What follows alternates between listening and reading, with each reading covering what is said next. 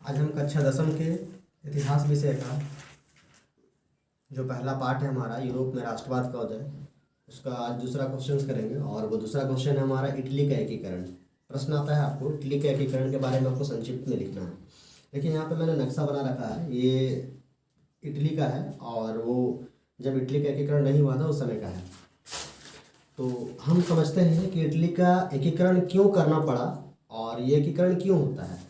Actually क्या था कि इटली बहुत सारे अलग अलग राज्यों में बटा हुआ था और राज्यों में बटा हुआ था और प्लस यहाँ पे अलग अलग देशों के लोग यहाँ पे शासन करते थे, अलग अलग साम्राज्य था। तो इस तरह से अलग अलग बटा हुआ था। हम देखें तो इटली का एकीकरण से पहले मुख्यतः वो 7 राज्यों में बटा हुआ था, जिसमें से सार्डिनिया पिंडमोन था। और सार्डिनिया पिंडमोन जो है ये मात्र एक ऐसा राज्य था जहाँ पर इटली का ही शासक था वहाँ पे।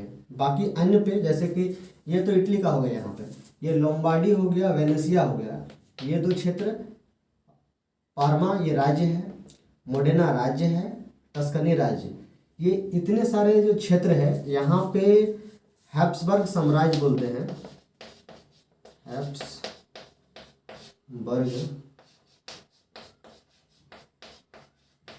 साम्राज्य का शासन था। ये ऑस्ट्रेलिया का था।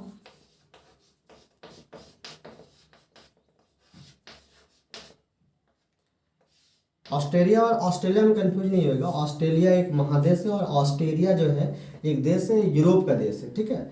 तो ऑस्ट्रेलिया का ही एक हैब्सबर्ग साम्राज्य था, उसके अधीन में ये सारा क्षेत्र था, Lombardy, Venetia, Parma, Modena, Tuscany.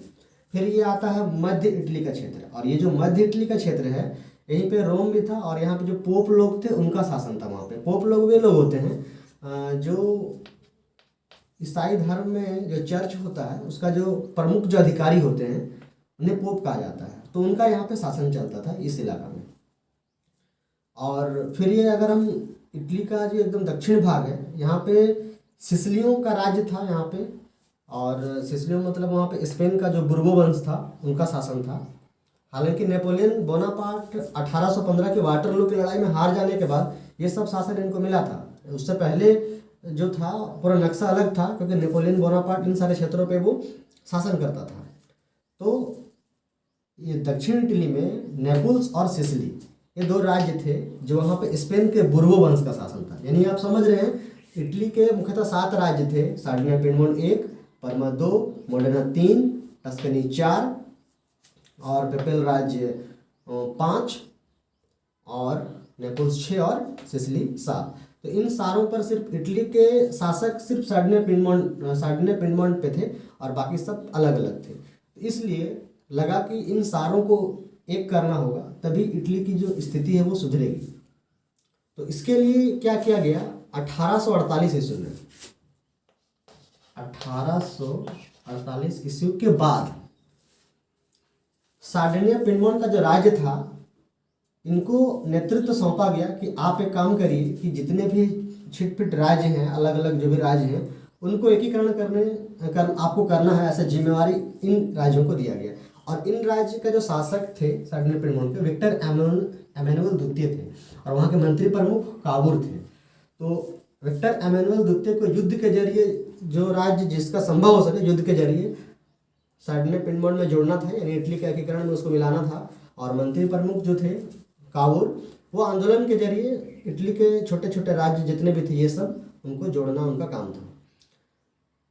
ये इतना चीज़ था, हमको इन सबको कैसे जोड़ना था, क्यों जोड़ना था, ये समझे हम।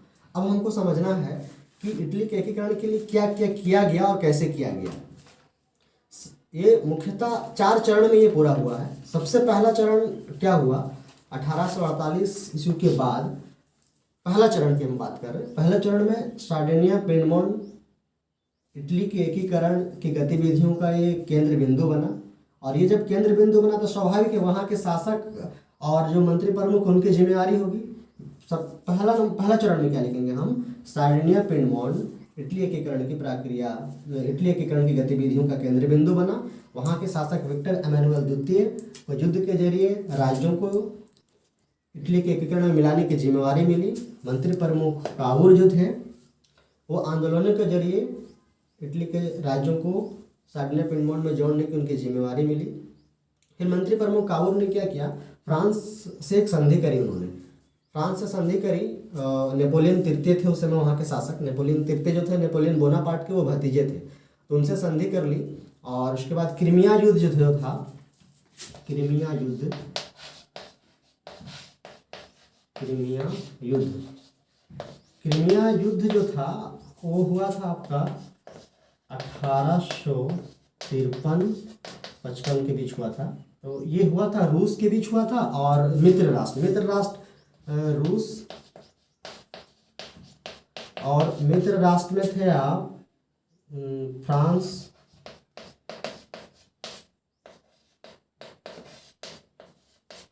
ब्रिटेन और तुर्की भी उस समय इन्हीं लोगों के साथ था, तुर्की और एक सार्डिनिया।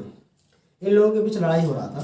तो इसमें भी क्या है कि सार्डिनिया पिडमोंट ने इनकी मदद की थी। तो सार्डिनिया पिडमोंट के द्वारा क्रीमिया युद्ध में इन लोगों की मदद करने से इन लोगों के द्वारा ये आश्वासन सार्डिनिया पिडमोंट प्राप्त कर लिया कि हाँ, आपको जब जरूरत पड़ेगा तो हम भी आपकी मदद करेंगे।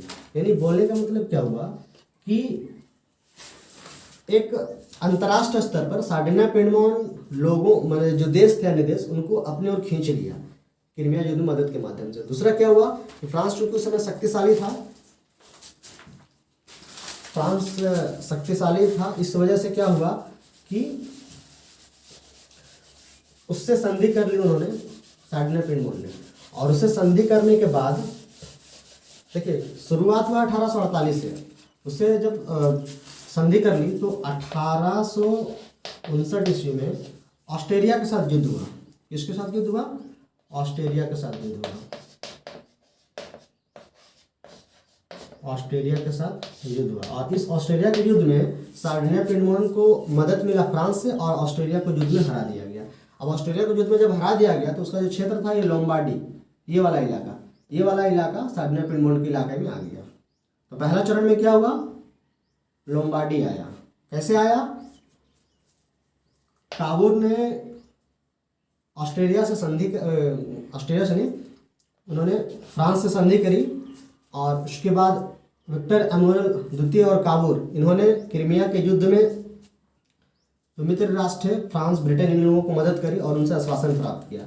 और इस तरह से 1859 में, यानी हम पहली चरण की बात करें तो इन्होंने 1859 ईस्वी में ऑस्ट्रेलिया के साथ युद्ध लड़ी और सहायता प्राप्त की इन्होंने फ्रांस से, और लोम्बार्डी का जो इलाका है वो सार्डिनिया पिडमोंट में आ गया। यानी पहला चरण में ये हम पूरा हुआ। फिर अब आते हैं जब 1859 में जब लड़ाई हो रही थी ऑस्ट्रेलिया के साथ सार्डिनिया पिडमोंट की, तो उस समय पार्मा, मोडेना और टस्कनी, इन क्षेत्रों में जन विद्रोह हो रहा था। जन विद्रोह यानी कि लोग वहाँ पे विद्रोह कर रहे थे यहाँ के शासक के खिलाफ। तो जब जन विद्रोह बहुत ज़्यादा हो गया, उग्र हो गया, तो यहाँ के जो शासक थे देश छोड़कर भाग गए। अब जब यहाँ देश छोड़कर भाग गए तो सार्डिनिया पिडमोंट ने यहाँ पे जनमत संग्रह कराया। जनमत संग्रह मतलब यहाँ से लोगों से पूछा गया कि आप इटली में मिलना चाहते हैं या नहीं मिलना चाहते हैं। तो लोगों की स्वीकृति प्राप्त होने से, यानी जनमत संग्रह कराने से, इन तीनों राज्यों को सार्डिनिया पिडमोंट में मिला लिया गया। यानी कि दूसरा चरण में क्या हुआ, हम लिखेंगे दूसरा चरण में कि ऑस्ट्रेलिया के साथ युद्ध के दौरान पार्मा, मोडेना और टस्कनी में जन विद्रोह हो रहा था और जिस वजह से वहाँ के शासक वहाँ से भाग गए और फिर सार्डिनिया पिडमोंट ने वहाँ पे जनमत संग्रह करा के इन तीनों राज्यों को सार्डिनिया पिडमोंट में मिला दिया। ये हो गया दूसरा चरण हमारा। अब तीसरा चरण में बचता है ये नेपल्स और सिसिली, ये दो राज्य थे। यहाँ पे स्पेन के बुर्बो वंश का शासन था। यहाँ पर 1860 ईस्वी में जो थे गैराबोल्डी को भेजा गया यहाँ पे। गैराबोल्डी यहाँ पे आए और यहाँ के जो स्थानीय लोग थे, किसान थे, उनसे समर्थन प्राप्त करके नेपल्स और सिसिली पर अपना अधिकार जमा लिया। तो इस तरह से तीसरा चरण में हम क्या देखें कि नेपल्स और सिसिली, इन दोनों पर 1860 ईस्वी में गैराबोल्डी के द्वारा कब्जा कर लिया गया। अब 1860 में जब यहाँ इन दोनों पे कब्जा हो गया तो उसके बाद 1861 में विक्टर एमैनुएल द्वितीय को संपूर्ण इटली का शासक घोषित कर दिया गया। 1861 में, कब? 1861 में। लेकिन दुर्भाग्य रहा कि 1862 में जो काबूर थे मंत्री प्रमुख, वो डेथ हो गई उनकी। तो उनकी डेथ हो गई। पर उसके बाद भी दो ऐसे क्षेत्र थे, एक वेनेसिया और ये आपका मध्य इटली में यहाँ पे रोम था। ये दो जो क्षेत्र था वो इटली में नहीं मिला था। तो इन दोनों को पूरा किए बगैर इटली का एकीकरण पूरा नहीं हो सकता, ऐसा इन लोगों के मन में विचार आया।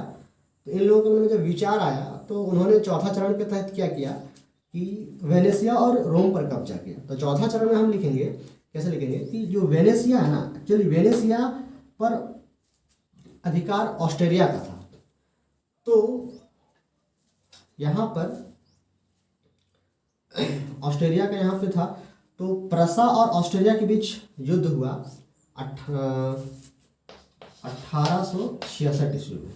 1866 ईस्वी में प्रसा जिस तरह से देखिए ये एक राज्य है, जिस तरह से इटली के एकीकरण में सार्डिनिया पिनमोन नेतृत्व कर रहा था, वैसे जर्मनी के एकीकरण के लिए प्रसा एक राज्य था जो उसका वो नेतृत्व कर रहा था। तो प्रसा और ये ऑस्ट्रिया, ये वाली ऑस्ट्रिया, इनके बीच 1866 में लड़ाई हुई। तो इस लड़ाई में क्या हुआ कि सार्डिनिया पिनमोन ने प्रसा को मदद किया। अब प्रसा का जब मदद किया इनका और प्रसा इस युद्ध में विजय प्राप्त कर लिया, तो क्या प्रसा बोला कि ठीक है कोई बात नहीं, वेनेसिया का आप तुमको चाहिए तुम वेनेसिया ले लो।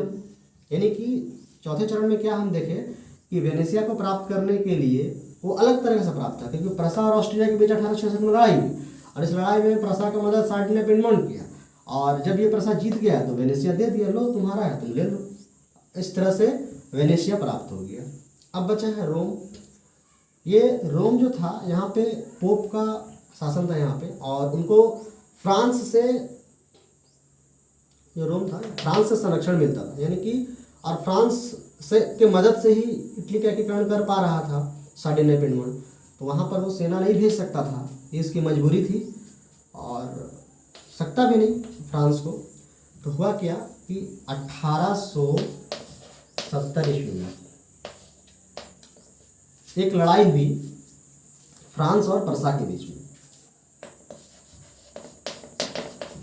फ्रांस और प्रसा के बीच में 1870 में। तो इस युद्ध में जब लड़ाई हुई तो सेना की जरूरतों को पूरा करने के लिए रोम पर से सेना हटा लिया फ्रांस ने। अब जब फ्रांस ने यहाँ पर से सेना हटा लिया तो यहाँ पर सेना तो फ्रांस की थी नहीं, इसका मौका उठाते हुए सार्डिनिया पिनमोन ने यहाँ पर अपना सैनिक भेज दिया और यहाँ पर सैन्य कार्रवाई करके इस एरिया को कब्जा कर लिया। अब 1870 में यहाँ पे कब्जा हो गया। अब इटली का जो भी क्षेत्र था वो सारा सार्डिनिया पिनमोन के अधीन आ गया। और उसके बाद 1871 ईस्वी में रोम को पूरे संयुक्त इटली का राजधानी घोषित कर दिया गया और इस तरह से इटली का एकीकरण पूरा हुआ। समझ में आ रहा है? फिर से एक बार हम लोग समझते देखिए, इटली 7 राज्यों में बटा हुआ था। पहला, दूसरा, तीसरा, चौथा, पेपल राज्य 5वां, 6वां और 7वां, इन सब का एकीकरण करना था। सारांश के हिसाब से हम ले रहे हैं। पहला चरण में लोम्बार्डी को ले लिया गया 1859 की लड़ाई में ऑस्ट्रिया को हराकर। और दूसरा चरण में क्या हुआ, इन्हीं लड़ाई के दौरान इन तीनों क्षेत्रों में जन विद्रोह हुआ और जनमत संग्रह करा के इनको मिला लिया गया। चौथा चरण में गैराबाल्डी को यहाँ भेजा गया और यहाँ पर स्थानीय किसानों का समर्थन प्राप्त करके यहाँ पर जो बुर्बो वंश का शासन था इसको उखाड़ के फेंक दिया गया। ये पूरा हो गया। बच जाता है अंतिम में वेनेसिया और रोम। वेनेसिया पर प्रसा ऑस्ट्रिया के बीच लड़ाई हुआ 1866 में। इसमें प्रसा की विजय होने के उपरांत प्रसा ने वेनेसिया सार्डिनिया पिनमोन को दे दिया। फिर 1870 में रोम की प्राप्ति के लिए लड़ाई हुई थी, मतलब लड़ाई हुई थी फ्रांस और प्रसा के बीच में। तो उसमें रोम पर जो फ्रांस के सैनिक थे यहाँ पर से हटा दिए गए, क्योंकि फ्रांस को प्रसा के साथ जब लड़ाई हो रही थी तो उनको सेना की जरूरत थी। तो उसका फायदा उठाकर सार्डिनिया पिनमोन ने यहाँ पर अपना सैनिक भेजकर इस पर कार्रवाई किया और इसको अपने कब्जे में ले लिया 1870 में। और 1871 में इस रोम को राजधानी घोषित कर दिया और संपूर्ण इटली का एकीकरण का प्रक्रिया पूरा हुआ। आज के लिए इतना ही। और इसका जो पूरा ये आप समझ रहे होंगे कि इटली का एकीकरण कैसे हुआ, क्यों हुआ, कब हुआ। इसका जो नोट्स है वो नीचे मैं डिस्क्रिप्शन लिंक में दे दूंगा, आप देख लेंगे। धन्यवाद, मिलते हैं नेक्स्ट।